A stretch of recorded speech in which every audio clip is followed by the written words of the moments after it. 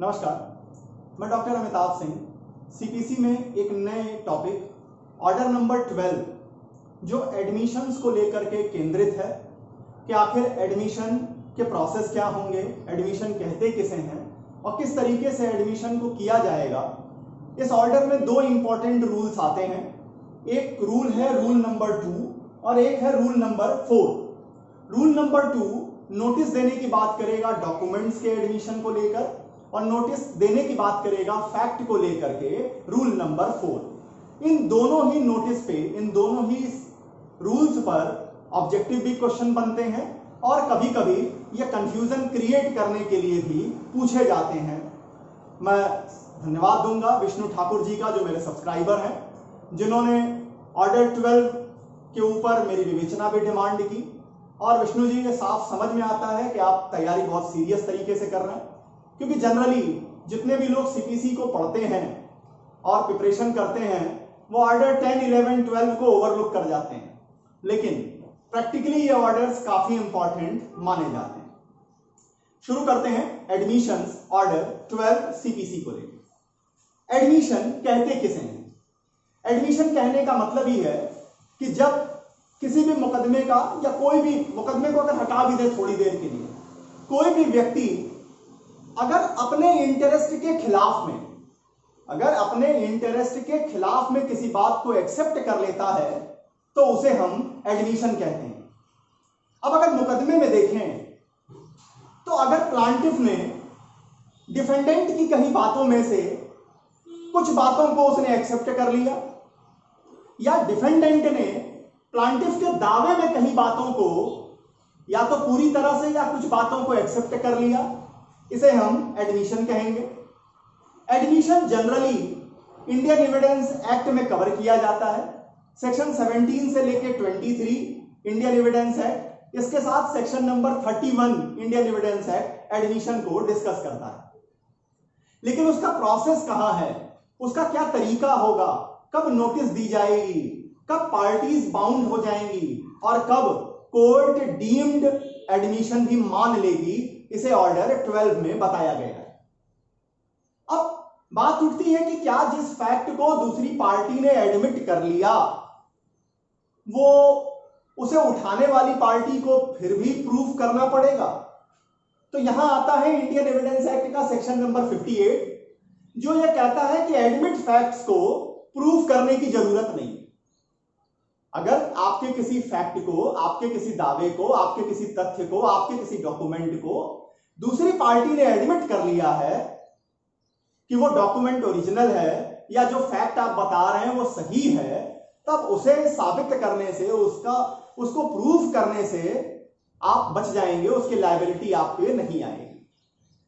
अब आते हैं कि एडमिशन कितने तरीके के होते हैं। तो एडमिशन दो तरीके के होते हैं, एडमिशन फैक्ट के भी होते हैं और एडमिशन डॉक्यूमेंट्स के भी होते हैं। अब अगर फैक्ट को देखें तो फैक्ट के एडमिशन प्लीडिंग में हो सकते हैं या प्लीडिंग के अदरवाइज हो सकते हैं। तो प्लीडिंग में हम जानते हैं प्लेंट और रिटन स्टेटमेंट की बात हो रही है, तो प्लीडिंग में भी दो तरीके के एडमिशन होते हैं। एक एडमिशन को हम कहते हैं एक्सप्रेसली, जहां आप स्पष्ट तरीके से एडमिट करते हैं। ऐसे एक्सप्रेशन आएंगे आपको ऑर्डर नंबर 7 में, प्लेंट बनाते समय भी अगर प्लांटिफ ने ही कुछ बातों को अपनी ओर से एक्सेप्ट कर लिया है। और फिर आता है ऑर्डर नंबर 11, जो कि इंटरोगेटरीज की बात कर रहा था, डॉक्यूमेंट्स के इंस्पेक्शन की बात कर रहा था या डॉक्यूमेंट्स की डिमांड कर रहा था। अगर वहां ऑर्डर 11 रूल 22 में आपने एक्सप्रेसली किसी चीज को एडमिट कर लिया तो वो प्लीडिंग के दौरान एक्सप्रेस तरीके से एडमिशन माना जाएगा। अब कंस्ट्रक्टिवली किसे कहते हैं? जहां आप एक्सप्रेस तो नहीं करते लेकिन लॉ कंस्ट्रक्ट कर लेता है, प्रिज्यूम कर लेता है या आपके ऊपर यह शर्त लगा देता है कि जब तक आप स्पेसिफिकली इस चीज को नहीं करते हम ये मान लेंगे कि आपने ये काम कर दिया है। अब यहां पर आता है ऑर्डर नंबर 8 रूल 3, 4, 5। जब आप ऑर्डर नंबर 8 रूल 3, 4, 5 को पढ़ें तो वहां यह लिखा हुआ है कि अगर आप किसी चीज को, किसी भी दावे को जो प्लांटिफ ने किया है, जब तक आप उसे स्पेसिफिकली डिनाई नहीं करते, अगर आपका डिनायल जनरल नेचर का है, स्पेसिफिक तरीके से आप डिनायल नहीं करते, तो कोर्ट ये प्रिज्यूम करके चलेगी कि आपने कंस्ट्रक्टिवली उस दावे को एडमिट कर लिया है, तो इसका ध्यान दें।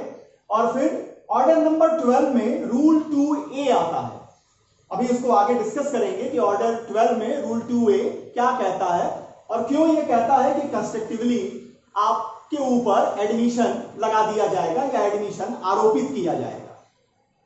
अब आते हैं, टोटल 5 सर्कमस्टांसेस हैं जब प्लीडिंग के अलावा और जगहों पर भी आपके एडमिशंस हो सकते हैं। कहां कहां? नंबर 1 आते हैं ड्यूरिंग एग्जामिनेशन, जब कोर्ट एग्जामिन करती है। ऑर्डर 10 के लेक्चर में मैंने आपके सामने रखा कि फर्स्ट हियरिंग पर कोर्ट प्लांटिफ को, मतलब पार्टीज को, प्लांटिफ डिफेंडेंट दोनों को, उनके प्लीडर्स को, उनके साथ जो एक कंपनी पर्सन होंगे उनका एग्जामिनेशन करती है। वहां एग्जामिनेशन का टारगेट होता है यह जानना कि आखिर विवाद का डायमेंशन क्या है। विवाद को समझने के लिए और इन चीजों के लिए कोर्ट उनका एग्जामिनेशन करती है और कोर्ट पक्षकारों से, प्लीडर से और एक कंपनी पर्सन से पूछती है कि क्या आप दूसरे पार्टी के दावे को स्वीकार कर रहे हैं। तो अगर वहां पर आप एक्सेप्ट कर लेते हैं तो इसे during examination by court admission माना जाएगा। इसे ऑर्डर 10 के रूल 1-2 में बताया गया है और ऑर्डर 12 में ऑर्डर 10 के रूल 1 और 2 में इसे स्पष्ट किया गया है। नेक्स्ट तरीके का जो एडमिशन है वो है जब आप इंट्रोगेटरी का जवाब देते हैं। इंट्रोगेटरी आप ऑर्डर 11 में देते हैं। आप इंट्रोगेटरी दिए, जिस पक्षकार ने इंट्रोगेटरी दी, दूसरे पार्टी ने उस इंट्रोगेटरी का वो जवाब दे दिया जो उठाने वाला चाहता था, तो एडमिशन माना जाएगा। और ये डॉक्यूमेंट्स के लिए भी हो सकता है, तो ऑर्डर 11 रूल 8 और 22 में इसे बताया गया है। नंबर 3, नोटिस के ऊपर भी एडमिशन हो सकता है, जिसे अभी डिस्कस करेंगे। यह है ऑर्डर नंबर 12 रूल नंबर 4 में। नंबर 4, ओथ के ऊपर भी, शपथ लेकर के भी आप एडमिशन कर सकते हैं। यह आएगा ऑर्डर नंबर 10 रूल नंबर 2 में, जहां कोर्ट एडमिशन करा, जहां कोर्ट एग्जामिन करती है उसके बाद। और फिर ऑर्डर 18 के रूल नंबर 3 में। और आप किसी एग्रीमेंट के जरिए, पार्टीज के बीच में एक एग्रीमेंट हुआ है, जो अगर वैलिड एग्रीमेंट की शर्तें पूरी करते हैं तो वहां भी जो चीजें एडमिट की जाएंगी उन्हें भी हम एडमिशन के रूप में रिकॉग्नाइज करते हैं। अब बात उठती है कि ऑर्डर नंबर 12 जो कि एडमिशन को के प्रोसेस को डिस्कस करता है, आखिर इसमें क्या क्या इंपॉर्टेंट है। तो ऑर्डर 12 में अगर देखें तो सबसे पहले आती है ऑर्डर नंबर 12 का रूल नंबर 1। यह कहता है कि मुकदमे का कोई भी पार्टी, प्लांटिफ भी, डिफेंडेंट भी, किसी भी समय ये नोटिस दे सकते हैं कि हाँ भाई, मैं दूसरे पार्टी के दावे को या उसके डिफेंस को पूरी तरह से, या 30%, 20%, 10%, 5%, 90%, जहां तक वो करना चाहे एडमिट कर रहा हूं। ये स्वतंत्रता दोनों पक्षकारों को दी गई है ऑर्डर 12 के रूल नंबर 1 में। अब आते हैं ऑर्डर 12 के रूल नंबर 2 पर, जो इंपॉर्टेंट है। ऑर्डर 12 का जो रूल नंबर 2 है वो नोटिस देने की बात करता है दूसरे पक्षकार को डॉक्यूमेंट के एडमिशन को लेकर। यहां थोड़ा कंफ्यूजन है। क्या कंफ्यूजन है? जब आप ऑर्डर 12 को पढ़ेंगे तो वहां यह लिखा हुआ है कि मुकदमे का कोई पक्षकार दूसरे पक्ष को नोटिस देगा। 7 दिनों की नोटिस दी जाएगी कि क्या आप मेरे किसी डॉक्यूमेंट को जो मैंने अपने प्लीडिंग के साथ लगाई है उसे एडमिट करते हैं। और अगर वो पार्टी एडमिट नहीं करती है तो उस डॉक्यूमेंट की ओरिजिनलिटी को साबित करने का खर्च दूसरे पक्षकार को उठाना पड़ेगा। लेकिन यहां कंफ्यूजन यह है कि जब तक मैंने आपका डॉक्यूमेंट देखा ही नहीं, तब तक मैं कैसे उसे एडमिट कर लूं। तो अब यहां पर इंटरप्रिटेशन जो ऑर्डर 12 के रूल 2 की जाएगी वो ये की जाएगी कि ऑर्डर 11 में जब एक पार्टी नोटिस देती है दूसरी पार्टी को कि आप हमें XYZ डॉक्यूमेंट्स दिखाइए जो आपने प्लीडिंग के साथ लगाए हैं, ऑर्डर 11 में दूसरी पार्टी के पास 10 दिन का समय है। वो 10 दिन के अंदर डेट और टाइम बताते हैं जब इंस्पेक्शन के लिए डॉक्यूमेंट दिखा दिया जाएगा। अगर यह दूसरी पार्टी उस 10 दिन के अंदर अपने डॉक्यूमेंट्स दिखा देती है, तब ऑर्डर 12 का रूल नंबर 2 अप्लाई करेगा। जिस पार्टी ने डॉक्यूमेंट दिखाया उनको यह राइट मिलेगा कि डॉक्यूमेंट दिखाने से 7 दिनों के अंदर, डॉक्यूमेंट दिखाने से 7 दिनों के अंदर वो दूसरी पार्टी को नोटिस देंगे कि आप जो डॉक्यूमेंट मैंने आपको दिखाए आप उसे एडमिट करते हैं। अगर वो एडमिट कर लेते हैं तो अब इस डॉक्यूमेंट्स की ओरिजिनलिटी को साबित करने की जरूरत दूसरे पक्षकार पे नहीं होगी। और अगर नहीं करते हैं तो डॉक्यूमेंट चूंकि आपने देखा है, आपने चीजों को देख लिया है, इसके बाद भी अगर आप उसे एडमिट नहीं करते हैं तो ओरिजिनलिटी साबित करने का जितना भी खर्च होगा वो आपको बियर करना पड़ेगा। तो यहां जो नोटिस की बात आ रही है वो इंस्पेक्टेड डॉक्यूमेंट के केस में होगी, सारे डॉक्यूमेंट के केस में इसको न पढ़ा जाए। आते हैं रूल नंबर 2A जो कि डीम्ड एडमिशन की बात करता है। डीम्ड एडमिशन मतलब नोटिस दे दी गई, अब आप डिनाई भी नहीं कर रहे हैं या डिनायल कर रहे हैं तो जनरल डिनायल कर रहे हैं, स्पेसिफिकली डिनायल नहीं कर रहे हैं, तो कोर्ट वहां यह भी प्रिज्यूम करके चल सकती है कि आपने डीम तरीके से एडमिशन कर दिया है। यह बात यहां पर एक चीज ध्यान दीजिएगा जो ऑब्जेक्टिव में पूछा जाता है कि जो नोटिस दी जाती है रूल 2 में डॉक्यूमेंट्स को एडमिट करने के लिए, ये नोटिस किस फॉर्म में दी जाती है, फॉर्म का नंबर क्या है। तो अपेंडिक्स सी जो सीपीसी के साथ लगी हुई है इसमें फॉर्म नंबर 9 आती है। फॉर्म नंबर 9 का इस्तेमाल करते हैं जब आप डॉक्यूमेंट के एडमिशन के लिए नोटिस देते हैं। अब आते हैं रूल 4 पे जो किसी फैक्ट को एडमिट करने के लिए नोटिस देने की बात करता है। थोड़ा ध्यान दीजिएगा, यहां थोड़ा कंफ्यूजन है, यहां पर ऑब्जेक्टिव के भी प्रश्न बनेंगे। क्या कहता है रूल 4? कहता है कि मुकदमे की हियरिंग डेट से एट लीस्ट कम से कम 9 दिन पहले कोई भी पार्टी, मुकदमे की कोई भी पार्टी, प्लांटिफ या डिफेंडेंट में से कोई दूसरे को यह नोटिस दे सकते हैं कि क्या मेरे प्लीडिंग में, मेरे दावे में, मेरे डिफेंस में जो फैक्ट मैंने बताए हैं आप उसे एडमिट कर रहे हैं। और अगर नोटिस मिलने से 6 दिनों के अंदर, ध्यान दीजिएगा, पहले कहते हैं कि मुकदमे की सुनवाई की तारीख से एट लीस्ट 9 दिन पहले कोई पक्षकार दूसरे पार्टी को नोटिस दे सकता है कि जो मेरा दावा है, मेरा डिफेंस है, इसमें जो फैक्ट मैंने बताए हैं आप इसे एडमिट करते हैं। और अगर दूसरा पक्षकार नोटिस मिलने से 6 दिनों के अंदर एडमिशन नहीं करता उस फैक्ट का, तब उस फैक्ट को साबित करने का जो खर्च होगा वो दूसरे पक्षकार को बियर करना पड़ेगा। इसे एक एग्जांपल से समझिए। एक सिविल का मुकदमा है एक्स वर्सेस वाई के बीच में, जिसमें तारीख 20 मई की पड़ी है, 20 मई 2020 की तारीख पड़ी है हियरिंग की। अब रूल 4 को देखिए, एट लीस्ट 9 डेज बिफोर, तो 20 में से 9 मतलब 11 मई तक का समय दोनों पक्षकारों को उपलब्ध है कि एक्स चाहे तो वो वाई को नोटिस दे सकते हैं, वाई चाहे तो एक्स को नोटिस दे सकते हैं। 11 मई के बाद नहीं दे सकते, 11 मई तक दे सकते हैं, ज्यादा बेहतर है जितना पहले देते हैं।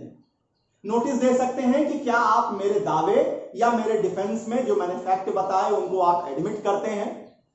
अब ये नोटिस जो 11 मई को दी गई, 12 मई को दूसरी पार्टी को मिल गई। अब 12 मई से 6 दिन का समय होगा, तो 18 मई तक का समय उपलब्ध होगा दूसरी पार्टी को कि वो फैक्ट को एडमिट करते हैं या नहीं करते। अगर एडमिट करते हैं तो ठीक है, अगर वो फैक्ट के एडमिशन पर कुछ नहीं कहते हैं 18 मई तक, तो 20 मई को जो तारीख होगी, अगर उस पर या उसके बाद नोटिस देने वाली पार्टी उस फैक्ट को जो प्रूव करेगी, तो उस प्रूव करने का जो एक्सपेंस होगा वो दूसरे पार्टी को बियर करना पड़ेगा। ये रूल 4 का कहना है। रूल 4 की जो नोटिस होगी, इसे भी एक फॉर्म, इसके लिए स्पेसिफिक फॉर्म बताया गया है सीपीसी में, जिसे ऑब्जेक्टिव में भी पूछा जाता है। यहां जो फॉर्म है ये फॉर्म नंबर 10 आता है। फॉर्म नंबर 10 बताया गया है अपेंडिक्स सी में, जिसका इस्तेमाल करते हैं फैक्ट को एडमिट कराने के लिए, नोटिस देने के लिए। अब इसके बाद जो इंपॉर्टेंट रूल आता है वो आता है रूल नंबर 8। रूल 8 कहता है कि नोटिस टू प्रोड्यूस डॉक्यूमेंट। एक पक्षकार ऑर्डर 11 रूल 15 से 19 में प्रोड्यूस कराना चाहता है डॉक्यूमेंट्स को दूसरे पार्टी से, जो उनके प्लीडिंग के साथ लगी हैं या उन्होंने उसको नोटिफाई किया है, और ये नोटिस दूसरे पक्षकार को दी जाएगी। किस फॉर्म में दी जाएगी? तो फॉर्म है यहां फॉर्म नंबर 12, अपेंडिक्स सी फॉर्म नंबर 12। अब एडमिट किए हुए फैक्ट्स पर क्या कोर्ट जजमेंट दे देगी या क्या प्रोसेस होगा, इसको रूल 6 में बताया गया है।